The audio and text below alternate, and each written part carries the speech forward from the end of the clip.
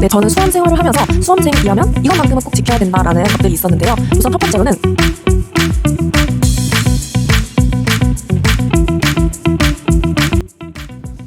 네, 간단한 자기소개 부탁드립니다. 안녕하세요. 저는 2025학년도 역사임용 합격자 박혜림입니다. 반갑습니다. 저는 이번 시험에 초수로 합격을 하게 되었는데요. 이렇게 김구 전공 역사의 인터뷰 자리에 나오게 되어서 감회가 굉장히 새롭습니다. 저는 서울 소재 대학교의 사학과를 졸업하게 되었고 이후에 교육대학원에 진학을 해서 역사교육 교원 자격증을 취득을 하게 되었습니다. 저는 임용 공부를 하기 전에 임용에 대한 정보가 거의 무지했고 또한 1년 단위의 긴 공부를 한 적이 없어서 공부를 시작하는 데 있어서도 많은 어려움을 겪었습니다. 제가 이런저런 공부를 시도하며 후회했던 적이나 힘들었던 적이 많았기 때문에 만약에 저와 비슷한 고민을 하고 계시는 선생님들이 있다면 많은 도움이 되어드리고 싶습니다. 김구 전공 역사를 선택하신 이유는 무엇인가요? 네, 제가 김구 전공 역사를 선택한 이유는 되게 단순했는데요. 우선 저는 부끄럽게도 학문을 위한 공부보다는 시험을 위한 공부를 더 많이 했던 사람이었습니다. 따라서 독학보다는 학원에 다니면서 공부하는 것이 시험을 합격하는데 더 효율적이고 빠른 방법이라고 생각을 했습니다. 그중 김구 전공 역사는 가장 많은 합격자를 배출해내는 그러한 학원이라고 알고 있었습니다. 따라서 저는 임용에 대한 정보나 지식도 많이 없었기 때문에 당연하게도 김구 전공 역사를 등록을 하게 되었습니다. 그리고 제가 학원을 다니면서 1년 동안 느꼈던 김구 전공 역사의 장점들이 몇 가지가 있습니다. 우선 첫 번째로는 자습실을 이용할 수 있다는 점인데요. 저희 학원은 수업이 끝난 이후에 자습실을 이용할 수가 있어서 10시까지 남아서 공부를 하다가 집에 갈 수가 있습니다. 따라서 따로 도서관이나 스터디 카페를 이용하지 않아도 되어서 시간적으로나 경제적으로나 굉장히 효율적이었습니다. 두 번째로는 가장 압도적으로 자료가 많다라는 점인데요. 다른 학원들에 비해서 1년 동안 나누어 주시는 자료가 굉장히 많습니다. 따라서 개론서나 선의 시리즈 이외에도 여러 가지 풍부한 자료들이 많아서 공부를 하는 데 있어서 큰 도움이 되었습니다. 세 번째로는 가장 많은 수강생들을 데리고 있기 때문에 모의고사를 봤을 때 표본이 정확하다라는 점입니다. 따라서 진짜 임용시험을 보기 전에 좀 더 안정적으로 나의 위치를 파악할 수 있었고 나의 위치가 지금은 어디까지 있는지 그런 유의미한 통계를 확인할 수 있었다라고 생각이 듭니다. 직강을 다니셨는데 직강의 장단점이 있다면 무엇일까요? 또 어떤 분들에게 직강을 추천하시나요? 네, 우선 직강을 선택한 이유는 저의 성향과 가장 적합했기 때문이라고 생각을 합니다. 저는 약간 미룰 때까지 일을 미루는 P형 인간인데요. 따라서 저처럼 뭔가 일을 자주 미룬다든지 인강을 들었을 때 내가 오늘 할 분량을 다 끝내지 못할 것 같다 라고 판단이 되시면 무조건 직강을 등록하는 것을 추천을 드립니다. 직강의 장점으로는 크게 4가지가 있는데요. 첫 번째, 강의를 밀리지 않고 들을 수 있다라는 장점이 있습니다. 저희 학원은 9시부터 1시 반까지 수업이 있는데 이때 지각만 하지 않는다면 여러분들이 하루 4시간 정도 분량의 강의를 밀리지 않고 들을 수가 있습니다. 인강을 들을 때 원래 성실하신 분들이라면 공부를 하는데 어려움이 없으시겠지만 저처럼 공부 습관을 잡기 어려운 분들이라면 처음에 직강을 등록하면서 공부 습관을 잡고 강의를 밀리지 않는 그런 습관을 들이는데 큰 도움이 될 것 같습니다. 두 번째로는 공부 분위기가 잘 형성이 된다라는 점인데요. 우선 저는 얼레벌레 학원에 와서 딱히 공부를 해야 되는 그런 동기나 의욕이 처음엔 많이 부족한 상태였습니다.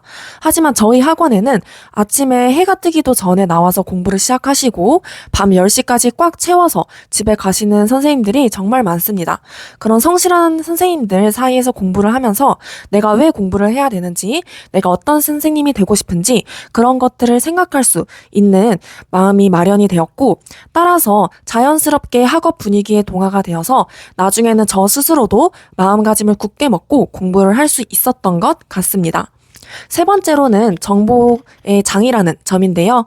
저는 기존에 사학과를 나왔기 때문에 역사 교사가 되신 선배님들도 많이 없었고 교육대학원도 코로나 시기에 다녔기 때문에 정보 교류가 닫힌 상태였습니다. 따라서 임용에 대한 지식이 없다는 점이 저에게는 가장 큰 핸디캡이었는데요. 학원에 오니 역사교육과 출신 선생님들도 많으시고 먼저 손을 내밀어서 각종 자료나 PDF 파일들을 많이 나누어 주셨습니다. 이러한 자료들 덕분에 제가 공부를 하는 데 있어서 큰 도움이 되었던 것 같습니다. 마지막으로는 김구 전공 역사에서 느낄 수 있는 직강만의 소소한 행복인데요. 우선 저는 학원을 다니는 데 있어서 정말 많은 간식들을 먹었습니다. 다양한 선생님들께서 나눠주시는 그런 간식들도 있었고 저희 김쌤하고 구쌤이 잊을만 하면 가져다 주시는 그런 달달한 간식들이 지친 수험 생활을 하는 데 있어서 소소한 행복이었던 것 같습니다. 이렇게 작게 나누는 마음들이 힘을 모아서 제가 지친 수험 생활을 이겨낼 수 있었던 그런 원동력이 되었던 것 같습니다. 수험 생활 동안 선생님께서 지키신 스스로와의 약속이 무엇인가요? 네, 저는 수험 생활을 하면서 수험생이라면 이것만큼은 꼭 지켜야 된다라는 것들이 있었는데요. 우선 첫 번째로는 금주입니다. 저는 술을 원래 되게 좋아하는데 수험 생활을 하는 1년 동안은 술을 마시지 않았습니다. 우선은 술을 마시면은 다음날 아침에 일어나기가 굉장히 힘듭니다.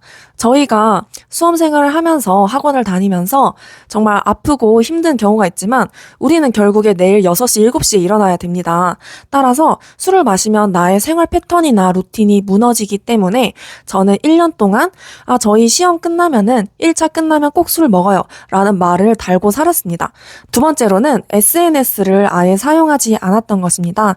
저는 인스타그램이나 블로그 어플들을 모두 삭제를 하고 주변과 아예 생활을 차단하는 폐관수련을 했는데요. 사실 인스타그램을 하는 것이 우리 공부에 있어서 그렇게 큰 영향을 미치는 것이 아닙니다. 하지만 저희가 공부를 할 때 가장 힘든 마음이 남하고 비교하는 마음이라고 생각이 드는데요. 다른 친구들은 다른 데 놀러 가서 신나게 놀고 있거나 아니면은 이미 취직을 해서 경제 활동을 하고 있는 것이 부러울 때가 굉장히 많았습니다. 나는 왜 여기서 1년 동안 공부를 하고 있지? 이러한 힘든 마음들이 있었기 때문에 저는 아예 인스타그램을 폐쇄함으로써 다른 친구들의 정보도 듣지 않고 저의 정보도 알리지 않는 것을 목표로 삼았습니다. 마지막으로는 모임에 나가지 않는 것인데요. 저희가 학원을 다니면 보통 일요일은 상반기 때 많이 휴식의 날로 정하게 됩니다. 하지만 저는 이러한 휴식의 날에도 다른 주변 지인들을 만나러 가지는 않았는데요. 주로 집에서 웹툰을 보거나 밀린 잠을 자는 등 혼자서 할 수 있는 취미들을 했습니다. 물론 모임에 한번 나가서 리프레시를 할 수 있는 시간이 될 수도 있지만 저는 30일에 한번 나가는 것일지라도 다른 사람이 봤을 때는 수험생인데 놀러 나왔네? 라고 생각할 수도 있다는 점이 저에게는 굉장히 좀 마음적으로 여유가 없었던 것 같습니다. 만약에 그리고 제가 시험에 떨어졌을 경우에 혜림이는 자주 자리에 나왔잖아 라는 말을 듣기가 너무너무 싫었기 때문에 저는 애초에 수험생으로서 이러한 것들을 꼭 지키면서 내가 수험생이다. 나는 1년 안에 꼭 합격을 해야 된다. 라는 마음가짐을 계속 가지려고 노력했던 것 같습니다. 초수 합격을 위한 선생님만의 비결을 3가지만 꼽는다면 무엇일까요? 네, 부끄럽지만 제가 초수에 합격할 수 있었던 요인으로는 첫 번째는 아까 말씀드렸던 직강에 다니면서 저의 공부 습관을 마련할 수 있었다는 점이고요. 그리고 두 번째로는 1년 동안 스터디를 정말 꾸준하게 했다라는 점입니다. 그리고 마지막으로는 기출 문제를 굉장히 중요시 여겼다는 점인데요. 이 부분들에 있어서는 이따가 다음 문제에서 더 자세하게 말씀드리도록 하겠습니다. 서양사와 역사 교육론에 특히 취약하셨다고 들었는데요. 김구 전공 역사를 통해 이것을 어떻게 극복하셨는지 알려주세요. 우선 서양사 같은 경우에는 제가 고등학교 세계사 수준 정도의 지식밖에 없었습니다. 따라서 서양사 개론이나 서양사 강좌 같은 그런 전공 책들의 내용이 저에게는 너무 방대하고 어렵게 느껴졌는데요. 서양사에 있어서 점수를 많이 올릴 수 있었던 요인은 가장 크게 서양사 개론이라고 생각을 합니다. 저희가 선생님을 위한 시리즈 서양사 교재가 있지만 여기에는 서양사 개론에 나와 있지 않는 그러한 내용들이 많이 있습니다.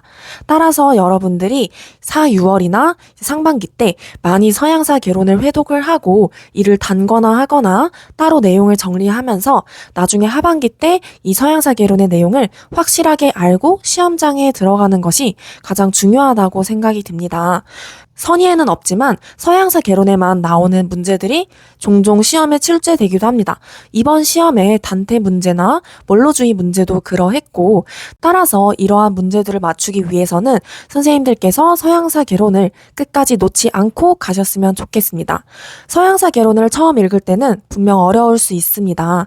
저 역시 1, 3월에는 어떻게 읽었는지 모를 정도로 밑줄을 아무데다가나 긋기도 하였는데요.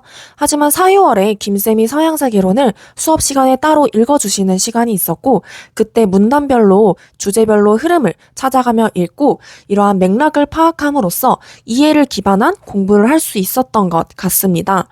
그리고 그 다음으로는 제가 정말 초반에 힘들어했던 역사 교육론인데요. 저는 남색책이나 녹색책 같은 기본적인 색깔책에 대해서도 잘 몰랐고 첫걸음도 9월에 가서야 제대로 공부할 수가 있었습니다. 역사교육론은 1, 3월에는 당연히 머릿속에 들어오지 않을 것입니다. 하지만 4, 6월부터 제대로 녹색책과 남색책을 읽기 시작했고 또한 구조도를 만들면서 공부를 시작을 했습니다. 역사교육론은 기본적으로 통사와 다르게 사회과학 계열의 학문이라서 처음 공부할 때 굉장히 어려움을 겪을 수 있습니다. 이때에는 구조도를 만들어서 김쌤이 중요하다고 하셨던 부분들, 앞으로 나올 만한 부분들을 체크해 가며 공부를 하고 이걸 통해 정리 노트나 구조도를 점점 채워가며 하반기 때는 이것만 달달 적확하게 외울 수 있는 그러한 자료들을 마련하셨으면 좋겠습니다. 그리고 최근에는 역사교육론에 있어서 기출의 중요성이 점점 커지고 있습니다. 이번 시험에 나온 부분들도 기출의 지문이나 선지에 많이 나왔던 내용들인데요. 이러한 기출 내용들을 최대한 여러 번 회독을 하고 시험에 나왔을 때 이 문제들을 틀리지 않은 것이 가장 중요할 것 같습니다. 하반기에